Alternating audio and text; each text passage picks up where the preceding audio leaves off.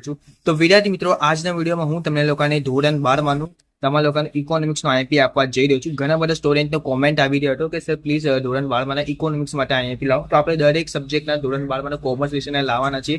તો જેથી જે પણ સ્ટુડન્ટે સબસ્ક્રાઇબ ના કર્યું સૌ પ્રથમ સબસ્ક્રાઇબ કરી નાખજો. એ બહુ જ ઇમ્પોર્ટન્ટ તમારો આ વિડીયો થવા જઈ રહ્યો છે. તો ઓકે, તો વિદ્યાર્થી મિત્રો, હું તમને જે આઈએમપી પ્રશ્ન આપવાનો છું, ઓકે, તે 100% તમારા લોકોને એક્ઝામમાં જોવા મળશે. ઓકે, એવું ના સમજતા કે સાહેબ એક્ઝામમાં પ્રશ્ન પૂછાવશે કે નહીં પૂછાવશે, કે બોર્ડ એક્ઝામમાં પૂછાવશે કે નહીં પૂછાવશે. કે બોર્ડ એક્ઝામમાં પ્લસ સેકન્ડ એક્ઝામ બંનેમાં તમારો પ્રશ્ન ખૂબ જ ઇમ્પોર્ટન્ટ રહેવાનો છે. કે જે હું તમને પ્રશ્ન આપું છું તે ખાસ કરજો અને એક્ઝામમાં 100% જોવા મળશે. ઓકે, હું તમને ગેરંટી કહું છું ભાઈ, 100% તમને લોકોને જોવા મળવાનો છે. ઓકે, તો ચાલો આપણે વગર ટાઈમ વેસ્ટ કરીએ, વિડીયોની શરૂઆત કરીએ. સૌથી પહેલા તો જો તમારા લોકોને ઇકોનોમિક્સ છે તેમને લોકોને સૌથી પહેલા તમને લોકોને બ્લુ પ્રિન્ટ સમજવી પડશે. ઓકે, બ્લુ પ્રિન્ટ હું તમને 2 મિનિટ શું ખાલી 1 જ મિનિટમાં તમને લોકોને બ્લુ પ્રિન્ટ સમજાવી દઉં. પછી આપણે આગળ આઈએમપી તરફ જોઈએ. તો સૌથી પહેલા જોઈ શકો સેક્શન એ માં તમારા લોકોને 20 માર્ક્સના શું હશે? MCQ, right. તો હવે ઘણા લોકો શું કરશે, યુટ્યુબ પર MCQ ના આઈએમપી આપ્યા છે. ઓકે, ઘણી બધી એવી યુટ્યુબ ચેનલ છે જે લાઈવમાં MCQ સોલ્વ કરાવે છે બોર્ડ એક્ઝામના 1 દિવસ પહેલા. હું નામ તો નહીં લઈશ. ઓકે, નામ તો નહીં લઈશ. તમે જોજો એમના લાઈવ સ્ટ્રીમમાં, પાછા એમના લાઈવ સ્ટ્રીમમાં 40,000 લોકો જોવે છે યાર. ઓકે, MCQ શું કરાવવાનું યાર સોલ્વ. ઓકે, તો MCQ તમને લોકોને ક્યાં જોવા મળશે યાર? હું તમને કહી દઉં, MCQ તમને લોકોને ખાલી ઓનલી ફોર તમારા જે ટેક્સ્ટ બુક હોય છે, ઓકે, એના ખાલી MCQ કરી દેવાના. સ્વાધ્યાયમાં જે આપેલો છે ને 100% 20 માંથી 15 17, ઓકે, 15 કાં તો 17 MCQ તમારા લોકોને સ્વાધ્યાયના જ હશે. ઓકે, હું મારી ગેરંટી સાથે કહું છું, અમુક વાર તો 20 માંથી 20 MCQ તમારા લોકોના સ્વાધ્યાયમાંથી જ હશે, રાઈટ. તો MCQ નો તો તમારા લોકોનો ડાઉટ નહીં હશે. ઓકે, MCQ તો એકદમ ડાઉટ ક્લિયર થઈ જશે. પછી બીજી વાત કરી લઈએ કે આ સેક્શન બી તમારા લોકોનું. તો સેક્શન બી માં તમને લોકોને MCQ પછી જે એક વાક્યનો પ્રશ્ન હશે સ્વાધ્યાયમાં, એના જે પણ 4-5 હશે પ્રશ્ન એક વાક્યના, એક કરી દેવાના. ઓકે, દરેક ચેપ્ટરના કરી દેવાના, રાઈટ. અને તમને બધાને ખબર હશે કે સેક્શન બી માં તમને કેટલા ચેપ્ટર પૂછાવશે. ઓકે, બટ આવું ફિક્સ નથી. ઓકે, જેમ તમે યુટ્યુબમાં બ્લુ પ્રિન્ટ જોઈ હશે કે સેક્શન બી માં આટલા ચેપ્ટર પૂછાય છે, એવું બિલકુલ નથી, રાઈટ. કેમ કે ઘણી વખત શું થાય કે સેક્શન એ કાં તો બી માં કદી પણ ફિક્સ નહીં હોતું. ઓકે, તો સેક્શન એ બી માં 1 થી લઈને જે તમારા લોકોને 11 પાઠ છે એમાંથી ગમે તે પૂછી શકશે. તો એટલે કહું છું, દરેક સ્વાધ્યાયના, ઓકે, દરેક સ્વાધ્યાયના પહેલો બીજો પ્રશ્ન ખાસ કરી લેજો. ઓકે, MCQ માટે અને આના માટે એક વાક્યનો જવાબ માટે, રાઈટ. આ તો તમારે કોઈ ક્લિયર થઈ ગયું, રાઈટ. હવે આપણે સેક્શન સી ની વાત કરી લઈએ. સેક્શન સી માં તમને લોકોને હું આઈએમપી આપીશ. ઓકે, સેક્શન સી, પછી સેક્શન ડી અને લાસ્ટમાં સેક્શન ઈ ની આઈએમપી આપીશ. ઓકે, તમને બિલકુલ ટેન્શન લેવાની જરૂર નથી. ઓકે, તો ચાલો આપણે વગર ટાઈમ વેસ્ટ કરીએ, વિડીયોની શરૂઆત કરીએ. ઓકે, તો વિદ્યાર્થી મિત્રો, આપણે ધોરણ 12 અર્થશાસ્ત્રનું ચેપ્ટર નંબર પહેલાથી આઈએમપી આપીએ, જેમાં પહેલું એ છે કે આકૃતિ આલેખ એટલે શું, ઉદાહરણથી સમજાવો. ઓકે, આવું તમને એક્ઝામમાં પૂછી શકશે. બીજો પ્રશ્ન એ છે કે કોમ્પ્યુટર ટેકનોલોજીનો ઉપયોગો, અને ત્રીજો પ્રશ્ન છે કે ડેટા સીડી પર ટૂંક નોંધ લખો. Okay, right. અને ચોથો પ્રશ્ન આકૃતિ આલેખ તફાવત. ઓકે, આ બંનેનો તફાવત પૂછી શકે છે, અને આ બંને જો તફાવત છે તે મોસ્ટ આઈએમપી છે, ઘણી વખત એક્ઝામમાં પૂછાઈ ગયેલો છે, રાઈટ. એના નીચે પણ મેં સ્ટાર કર્યું છે આકૃતિ, ચિત્રાકૃતિ, સ્તંભ આકૃતિ, પાસેની આકૃતિ. ઓકે, આ બધામાં શું હોય છે કે બની શકે તમને લોકોને ડ્રોઈંગ કરવાનું કીધું હશે કે આ ચિત્ર દોરીને સમજાવો, તો તમને ચિત્ર આટલા ખાસ તો યાદ રાખવાનું. એમાં ચિત્ર આકૃતિ તો થોડો ખાસ. ઓકે, આ ઘણી વખત એક્ઝામમાં પૂછાઈ ગયું છે. પછી છઠ્ઠું છે કે ઇન્ટરનેટ કોમ્પ્યુટર ટેકનોલોજીના ભય સ્થાનો સમજાવો. ઓકે, આ બંનેના ભય સ્થાનો પર તમને લોકોને એક્ઝામમાં જોવા મળી શકશે. અને ચેપ્ટર અને 7મું આપણે વાત કરીએ, વૃત્તાંશ આકૃતિ એટલે શું. ઓકે, આ પણ તમને લોકોને પૂછી શકે છે. હવે જો આ પહેલો ચેપ્ટર જ એક એવો છે જેમને વાંચવામાં કંટાળો આવે છે. ઇનફેક્ટ હું પણ જ્યારે 12થમાં હતો ને ત્યારે મને વાંચવામાં બહુ કંટાળો આવતો હતો. એટલે જો તમને પહેલો ચેપ્ટર ના વાંચવું હોય ને, તમે છોડી દેજો. હું એમ નહીં કહેતો કે પહેલો ચેપ્ટર તમે વાંચો જ ના, વાંચો, પણ સૌથી છેલ્લે વાંચો, જેથી શું તમને યાદ રહેશે. ઓકે, વધારે લોંગ ટાઈમ સુધી. આપણે ચેપ્ટર નંબર 2 તરફ આવીએ. ચેપ્ટર નંબર 2 માં આર્થિક વિકાસ કે આર્થિક વૃદ્ધિ. ઓકે, આર્થિક વિકાસ અને આર્થિક વૃદ્ધિનો તફાવત. ઓકે, વિદ્યાર્થી મિત્રો, મોસ્ટ આઈએમપી છે, યાદ રાખજો. મેં સ્ટાર પર કર્યું છે.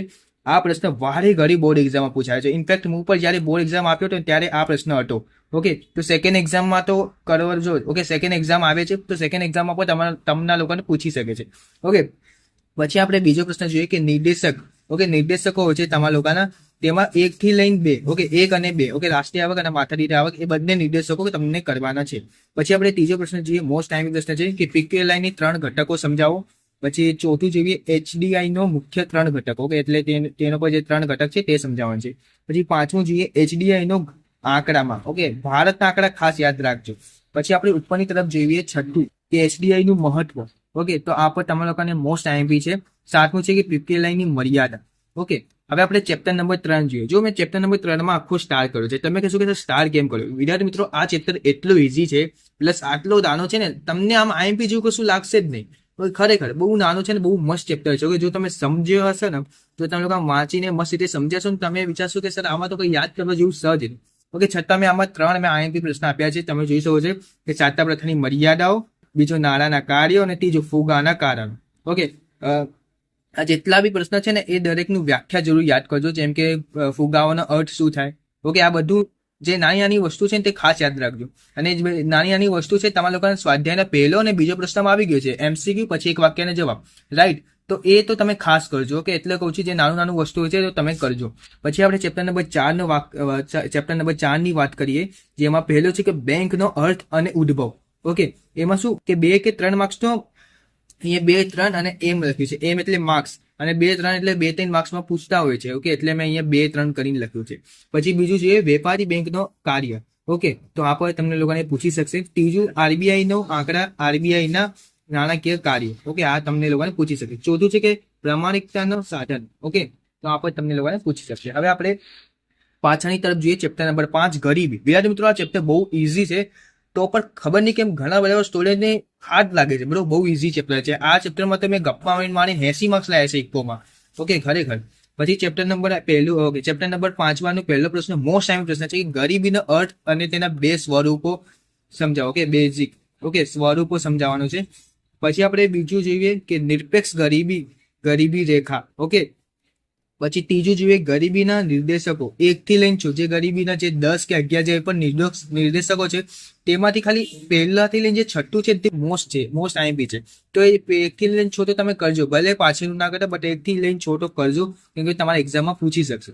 ઓકે, પછી આપણે ચોથું જોઈએ કારણો. ઓકે, આર્થિક કારણો તમને લોકોને કરવું પડશે. પાંચમું છે કે ઉપાયો. ઓકે, ગરીબીના ઉપાયો કરવાના છે. ઓકે, તેમાં કોઈ પણ 6. પછી આપણે છઠ્ઠું જોઈએ કે સામાજિક સલામતી યોજના. ઓકે, મોસ્ટ ટાઈમ બી છે, જો મેં સ્ટાર્ટ પર કર્યું છે. જનધન યોજના. વિદ્યાર્થી મિત્રો, જનધન યોજના તમને લોકોને કદાચ ફર્સ્ટ એક્ઝામમાં પણ જોવા મળી હશે, તો સેકન્ડ એક્ઝામમાં કે બોર્ડ એક્ઝામમાં તો પૂછાઈ જ જશે, મને એવું લાગે છે. પછી આપણે ચેપ્ટર નંબર 6 ની વાત કરી લઈએ, બેરોજગારી. ઓકે, આમાં પહેલું એ છે કે બેરોજગારીનો અર્થ અને પ્રકાર. મેં તમને કીધું છે કે દરેક ચેપ્ટરનો અર્થ જાણવું ખૂબ જરૂરી છે. અને અર્થ સ્વાધ્યાયના પહેલો અને બીજો પ્રશ્નમાં જ હોય, કાં તો એમસીક્યુમાં હોય, કાં તો એક વાક્યના જવાબમાં હોય. એટલે હું તમને કહું છું કે સ્વાધ્યાયનો જે પહેલો બીજો પ્રશ્ન છે એ તો તમે ખાસ કરજો, અને આ મારા આઈએમપી કરજો. એટલે તમારા 100માંથી 80, 70, 80 તો યાર રમતા આવડી જશે. ઓકે, રમતા તમારા લોકોના આવી જશે. એમાં આપણે પહેલું જોઈએ કે બેરોજગારીનો અર્થ. ઓકે, આ તો તમારે થઈ ગયું. હવે જો કારણો અને ઉપાયમાં એક ટ્રીક રાખી છે. તમે કહેશો કે સાહેબ ટ્રીક એટલે શું? જો બેરોજગારીના કારણો જો પહેલું, બીજું, 5મું, 6ઠું, 7મું, 8મું, 10, તમે કહેશો કે સાહેબ આ શું છે? ઓકે, આ જે તમારા કારણો છે એ છે. પછી ઉપાયો એટલે શું? આનું વિરુદ્ધાર્થી કરવાનું.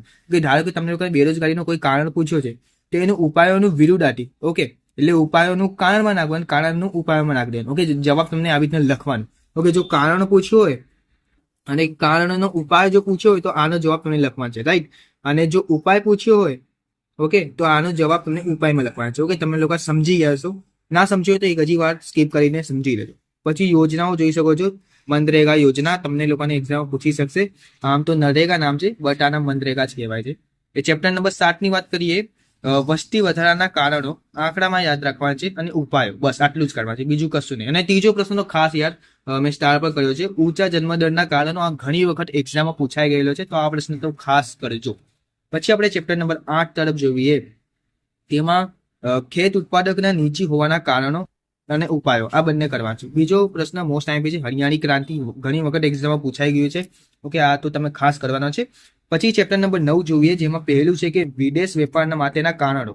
ઓકે, અને બીજું આંતરિક વેપાર અને વિદેશ વેપારનો તફાવત. ઓકે, આ તફાવત તો ખાસ કરવાનો છે સ્ટુડન્ટ. ઓકે, તમે કોઈ પ્રશ્ન કરો તો ના કરો કોઈ ચેપ્ટરમાંથી, પણ તફાવત જરૂરથી કરજો. કેમ કે જો એ ચેપ્ટરનો કોઈ પણ પ્રશ્ન આવી જાય તો તમને તફાવત ઠોકી દેવાનો, એટલે આરામથી તમને લોકોને માર્ક્સ મળી જાય. ઓકે, તમને 0 માર્ક્સ કરતા તફાવત જો તમે લખી દો ને ભાઈ, તમને ફૂલ માર્ક્સ મળી જાય.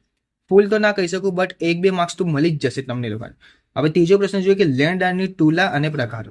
ઓકે, પછી આપણે પાછળ જોઈએ કે હુંડિયા મંડળ. મોસ્ટ આઈએમપી છે, મેં અહીંયા સ્ટાર પર કર્યો છે. ચેપ્ટર નંબર 10 ઔદ્યોગિકનું માળખુંનો પ્રકાર. ઓકે, બીજો ઓકે, સ્પેશિયલ ઇકોનોમિક ઝોન આ તમને લોકોને કરવાનું છે. ત્રીજો પ્રશ્ન, નાના પાયાના ઔદ્યોગિકનું મુખ્ય. ઓકે, તમને જો ઇકોનોમિક્સમાં 2 ચેપ્ટર બહુ કોમ્પ્લિકેટ લાગતું હશે તો 10મું અને 9મું ચેપ્ટર મને પણ લાગતું હતું. મને તો પહેલું ચેપ્ટર બહુ લાગતું હતું સ્ટાર્ટિંગમાં, બટ જ્યારે ધીરે ધીરે આગળ વધતો ગયો ને ત્યારે મને ચેપ્ટર નંબર 1 પર ઇઝી લાગવા મળ્યું. હવે છેલ્લું ચેપ્ટર આપણે વાત કરી લઈએ, ચેપ્ટર નંબર 11. ઓકે, તેમાં આપણે પહેલું સ્થળાંતરનો અર્થ અને પ્રકાર, પછી બીજું તેનું કારણો, ત્રીજું શહેરીકરણની હળવી કરવાનો ઉપાયો, પછી ચોથું શિક્ષણ આંકડામાં લખવાનું રહેશે, આરોગ્ય એ પણ તમને લખવાનું રહેશે, અને રેલવેમાં તો ભાઈ ફૂલ્લી ગપ્પા મારવાનો કે એશિયાનું બીજું નંબરનું આપણું રેલવે છે, પછી એટલી પતરી છે, આટલા સ્ટેશન છે, બધું આમ ગપ્પા મારી દેવાનો કે વિચારવાનું નહીં. ઓકે, આ બધામાં તો માર્ક્સ લૂંટી લેવાના. આ ગરીબી થઈ ગયા, બેરોજગારી થઈ ગયા, શું છે બધું પણ ભાઈ ગપ્પા મારવાના. ઓકે, એમ તો હું નહીં કહેતો, અર્થ તમને લોકોને કરવાનું છે, બાકી અંતર આપણી રીતે કંઈક એડ કરવાનું છે. ઓકે, તો તમને ફૂલ માર્ક્સ મળી જાય. અને જેટલું હશે કે ને જવાબ વધારે લખજો, 1-2 પેજના લખજો, જેથી શું તમને લોકોને માર્ક્સ સારી રીતે મળી જાય. ઓકે, તો વિદ્યાર્થી મિત્રો બસ આજના વિડીયોમાં આટલું જ. જો આપણો આ વિડીયો ગમ્યો હોય તો વિડીયોને લાઈક કરી નાખજો, અને ચેનલ પર નવો ચેનલને સબસ્ક્રાઇબ કરી નાખજો. બીજી વાત ફરી વાર એક કહી દઉં કે તમારા એક્ઝામમાં પૂછાશે, કે ટેન્શન ના લો. ઓકે, ઘણા લોકો તો આમ વિચારશે કે સાહેબ નહીં પૂછાશે, પૂછાઈ જશે, ટેન્શન ના કરો, થોડું મારા પર વિશ્વાસ કરો, પૂછાઈ જશે. ઓકે, ચાલો મળીશું નવા વિડીયો સાથે.